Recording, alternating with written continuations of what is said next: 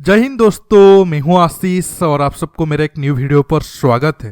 दोस्तों, आप सब जानते हो पिछले 7-8 दिन से अमेरिका में ये विवाद चल रहा था जो चाइना का वेदर या फिर स्पाई बैलून जो अमेरिका के अंदर आसमान के ऊपर घूम रहा था, क्या उसे मार गिराया जाए या फिर उसे छोड़ दिया जाए।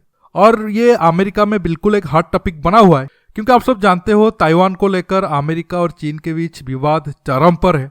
और ऐसे टाइम में अगर दुश्मन देश का स्पाई बैलून आपके देश के अंदर आ जाए तो ये बड़ा खतरनाक साबित हो सकता है। लेकिन दोस्तों, कल इंडिया की टाइम के अनुसार देर रात को अमेरिका ने F-22 का इस्तेमाल करके चाइना की स्पाई बैलून को तकरीबन 5-7 दिन के बाद शूट डाउन किया। मुझे समझ में नहीं आ रहा था ये लोग इतना टाइम क्यों लिए, क्योंकि अगर आप देखोगे इंडिया का एग्जाम्पल लोगे, पाकिस्तान की तरफ से अगर कोई ऐसा बैलून आता है जिसे पाकिस्तान वेदर बैलून कहता है जो इंडिया में आकर स्पाई करने की कोशिश करते हैं, भारत सुखोई 30 MKI हो या फिर दूसरे फाइटर एयरक्राफ्ट के जरिए उन्हें तुरंत ही तबाह कर देता है, भारत के अंदर तक उन्हें आने ही नहीं देता है। लेकिन समझ में नहीं आ रहा है कि अमेरिका इतने दिन तक खामोश क्यों रहा। अगर इतने दिन तक वो खामोश रहे कि नहीं इस स्पाई बैलून से अमेरिका को कोई खतरा नहीं था, तो अचानक 5-7 दिन के बाद उन्हें F-22 के जरिए क्यों शट डाउन किए। अब तीसरा सवाल है, चाइना क्यों अब ऐसे टाइम में अमेरिका के अंदर एक स्पाई बैलून भेज रहा है। और बड़ा सवाल यह है, चाइना तो खुद क्लेम करता है कि उसका सैटेलाइट बहुत ज़्यादा ताकतवर है, तो फिर इतने सारे सैटेलाइट होने के बावजूद एक स्पाई बैलून को अमेरिका के अंदर भेजने को क्यों जरूरत हुई। और ये सच में क्या ये चाइना की जो स्पाई बैलून है बहुत ज़्यादा ताकतवर है। ये सारे सवालों को दोस्तों मैं डिटेल्स में आपको बताऊंगा। जानने के लिए आप ये वीडियो को आखिर तक देखते रहिए और ज़्यादा से ज़्यादा लाइक शेयर करना बिल्कुल मत भूलिए। अगर दोस्तों हम चाइना के स्पाई बैलून की बात करें तो ये बैलून सिंजियांग और इनर मंगोलिया के आसपास से चाइना ने लॉन्च किया था और ये चाइना को क्रॉस करके साउथ कोरिया, जापान होते हुए तकरीबन 28 जनवरी को अमेरिका की अलास्का में ये घुसा। फिर एक दिन के बाद ये कनाडा पहुंचा और 3 दिन तक ये कनाडा में रहते हुए 31 जनवरी को ये फिर से अमेरिका की मोंटाना स्टेट में पहुंचा। लेकिन तब अमेरिका में खलबली पहली बार मचा क्योंकि ये मोंटाना में जहां पर अमेरिका अपना न्यूक्लियर मिसाइल का सबसे बड़ा बेस है या फिर न्यूक्लियर मिसाइल को स्टोरेज करता है, उस बेस के ऊपर ये बैलून मंडरा रहा था। मीडिया रिपोर्ट की माने जब पहली बार 28 जनवरी को अलास्का में ये बैलून घुसा था तब जो बाइडेन चाहते थे कि ये स्पाई बैलून को मार गिराए। लेकिन तब कुछ पेंटागन के ऑफिसर ने उन्हें बताया कि नहीं ये बैलून ज़्यादा खतरनाक नहीं है, इसमें कोई हथियार वगैरह नहीं है, तो ये बैलून को मार गिराने की कोई ज़रूरत नहीं है। लेकिन जब ये बैलून कनाडा क्रॉस करके मोंटाना में मिसाइल बेस पर पहुंचा तब अमेरिका के हाथ पांव फूल गए। तब अमेरिका ने कुछ काउंटर मेजर लिया कि कैसे ये चाइना का स्पाई बैलून अमेरिका का जो इंपोर्टेंट मिलिट्री इंस्टॉलेशन है उसका तस्वीर वगैरह या फिर कुछ डाटा कलेक्ट ना कर पाए। अब आपके मन में सवाल होगा, तो तब क्यों अमेरिका ने ये बैलून को ना मार गिराकर 3-4 दिन के बाद F-22 के जरिए शूट डाउन किया। देखिए, तब अमेरिका के पास ये प्रॉब्लम था कि अमेरिका को डर ये था अगर तब वो बैलून को वो शूट डाउन करते हैं, शायद वो बैलून जब जमीन पर गिरेगा तो शायद नीचे जो लोग रह रहे हैं तो उनका जान माल खतरे में आ सकता है। क्योंकि पहले भी इसी टाइप के बैलून के कारण अमेरिका में लोगों का जान गया है। सेकेंड वर्ल्ड वॉर के टाइम में जापान के एक ऐसे बैलून के कारण अमेरिका में 1945 में 6 लोगों का जान गया था। इसलिए कल देर रात को इंडिया के टाइम के अनुसार तकरीबन 2:30 बजे, रात को 2:30 बजे जब ये बैलून पब्लिक स्पेस से दूर था तब F-22 के जरिए इस चाइनीज स्पाई बैलून को शूट डाउन किया गया। F-22 ने AIM-9 Sidewinder air to air missile को इस्तेमाल किया था ये बैलून को मार गिराने के लिए। और आप सब जानते हो जो AIM-9 साइडविंडर मिसाइल है उसका रेंज तकरीबन 30 से 35 किलोमीटर तक है। अब आते हैं दूसरे सवाल की तरफ, ये बैलून शूट डाउन होने के बाद चीन और अमेरिका की रिलेशन पर क्या असर पड़ेगा। देखिए, आप सब जानते हो, जैसे मैंने आपको शुरू में कहा था, अब ताइवान को लेकर अमेरिका और चीन के संबंध ज़्यादा गर्म पर है।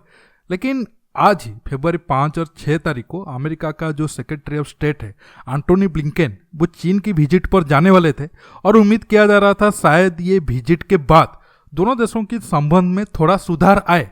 लेकिन जब ये हाई लेवल विजिट होना था, चाइना ने जानबूझकर ये स्पाई बैलून को भेजा। मतलब चाइना ये सिग्नल देना चाहता था बातचीत तो चलती रहेगी लेकिन चीन अपना पावर को अमेरिका के ऊपर दिखाने की जो कोशिश है उसे वो बंद नहीं करेगा। अब ये दोस्तों स्पाई बैलून मुद्दे उठने के बाद अब एंटोनी ब्लिंकेन चीन के जो विजिट पर जाना था उसे कैंसिल कर दिए हैं। अब इस मुद्दे को लेकर दोनों देशों के बीच संबंध फिर से बिगड़ेगा।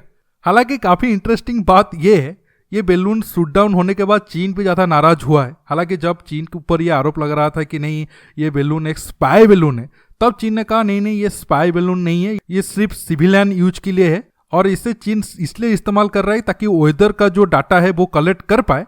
और गलती से ये बैलून चीन से दूर, मतलब कोइंसिडेंटली साउथ कोरिया होते हुए जहां पर अमेरिका का मिलिट्री प्रेजेंस है, फिर जापान होते हुए वहां पर भी अमेरिका का मिलिट्री प्रेजेंस है, फिर अचानक अलास्का पहुंच जाता है, फिर अलास्का होते हुए कनाडा पहुंचता है और कनाडा होते हुए जहां पर अमेरिका का एक कह सकते हो बड़ा न्यूक्लियर मिसाइल का बेस है मोन्टानो, वहां पर भी पहुंच जाता है। इतना ही नहीं, इतने सारे कोइंसिडेंस होने के बावजूद भी अमेरिका का कोई राइट नहीं है वो ये स्पाई बैलून को मार गिरा है।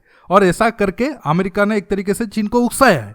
मतलब आप समझ सकते हो चीन वाले बहाना बनाने में कितने ज्यादा बेवकूफ है। मतलब ये एक तरीके से गलती तो करते हैं लेकिन उसे छुपाने के लिए एक सही तरीके का बहाना भी ये लोग तैयार नहीं कर पाते हैं। अब आते हैं आखिर सवाल के ऊपर, ये चाइना का स्पाई बैलून कितना ताकतवर था और चाइना सैटेलाइट का इस्तेमाल ना करके ये स्पाई बैलून को क्यों इस्तेमाल किया अमेरिका के खिलाफ। दोस्तों अगर हम चीन के स्पाई बैलून की बात करें तो जो मीडिया रिपोर्ट है तो ये बैलून का विड्थ तकरीबन 90 से 100 फीट के आसपास था।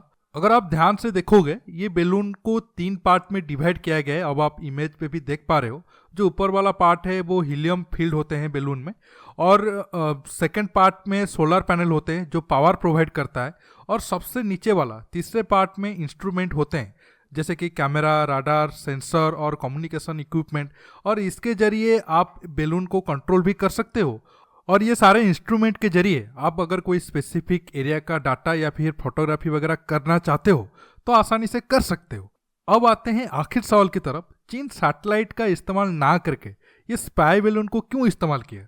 देखिए ये स्पाई बैलून को चीन बहुत सारे कारणों की वजह से इस्तेमाल कर रहा था। देखिए नंबर 1 है चीन अमेरिका का रिएक्शन को चेक करना चाहता था। चीन ये देखना चाहता था इस स्पाई बैलून को लेकर अमेरिका क्या अग्रेसिवली डील करेगा या फिर अमेरिका इसे नज़रअंदाज करेगा जैसे अमेरिका के ऑफिशियल शुरू में किए थे। क्योंकि ध्यान देने वाली बात यह है पहला बैलून तो अमेरिका ने शूट डाउन कर दिया है 5-6 दिन के बाद। अब भी चीन का इस तरीके का स्पाई बैलून जो अमेरिका के नीचे मतलब वेनेजुएला वाला साइड है उसी साइड पर अब भी वो घूम रहा है। हो सकता है वो कुछ दिन के बाद अमेरिका के एयर स्पेस के अंदर भी चला जाए। अब देखना होगा क्या अमेरिका के एयर स्पेस के अंदर आने के बाद अमेरिका इसे शूट डाउन करेगा या फिर आने से पहले ही शूट डाउन कर देता है। दूसरा कारण है कॉस्ट। सैटेलाइट का कॉस्ट बहुत ज़्यादा होता है लेकिन इस तरीके का स्पाई बैलून का कॉस्ट कुछ $1000 ही होते हैं और इनका ऑपरेट करना भी बहुत ईजी है। अगर आप सैटेलाइट को देखोगे वो ऑर्बिट को फॉलो करते हैं और उनका स्पीड भी बहुत ज़्यादा होता है। अगर आप कोई स्पेसिफिक एरिया पर फोकस करना चाहते हो तो शायद वो सैटेलाइट के जरिए ज़्यादा पॉसिबल ना हो पाए, लेकिन अगर आप इसी तरह का स्पाई बैलून को इस्तेमाल करते हो तो इनका स्पीड भी कंट्रोल आप आसानी से आपकी मन मुताबिक कर सकते हो। अगर कभी किसी स्पेसिफिक एरिया का हमें डाटा या फिर फोटो चाहिए ये स्पाई बैलून के जरिए आप आसानी से कर सकते हो। दोस्तों ये 3-4 रीजन के कारण चाइना के पास सैटेलाइट होते हुए भी अब चाइना अमेरिका के खिलाफ स्पाई बैलून का इस्तेमाल किया, लेकिन अब चीन ऐसा करके अमेरिका को बहुत ज़्यादा नाराज किया है। आगे देखना होगा अमेरिका अब शूट डाउन करने के बाद डिप्लोमेटिक लेवल पर क्या अग्रेशन चीन के खिलाफ दिखाता है। दोस्तों आज के टॉपिक में बस इतना ही। आपको ये वीडियो कैसा लगा नीचे कमेंट बॉक्स में कमेंट करके बताइए और ये वीडियो को ज़्यादा से ज़्यादा लाइक शेयर करने के साथ साथ आप मेरे चैनल को सब्सक्राइब करना बिल्कुल मत भूलिए।